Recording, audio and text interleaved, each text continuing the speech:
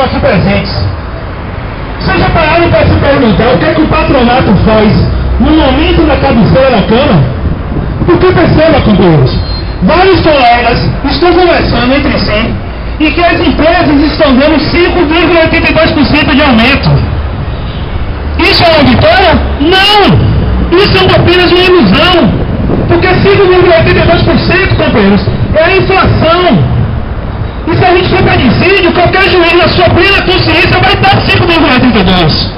Nós estamos na época de cláusulas sociais, de cláusulas econômicas, e não podemos deixar passar batido o que o patronato está querendo fazer conosco.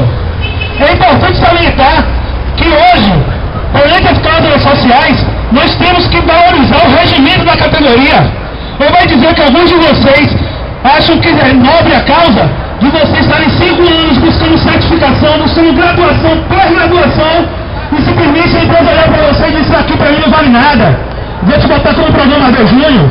Pelo amor de Deus, pessoal, está na hora de a gente juntar os braços. Vamos esperar aqui o povo chegar e em seguida nós vamos fazer uma carreata. E se for da decisão de vocês, vamos diretamente à sede dessas empresas, tirar nossos companheiros que estão sendo perseguidos, estão sendo assediados. Obrigado.